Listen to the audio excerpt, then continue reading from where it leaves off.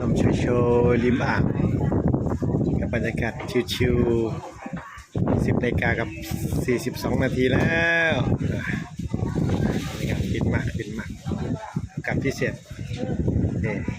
นักจอมแอนโอเคกับนายมาออกกำลังกายที่เขาฉลาดไปกันเที่ยวกันพาน้องๆย่างรอบเขาฉลาดเป็นช่วงเวลาที่ดีที่ได้ยืนกันออกกำลังกายดูแลกันไปทำกันอย่าง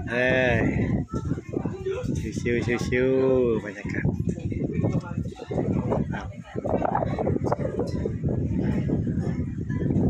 อันนี้คือ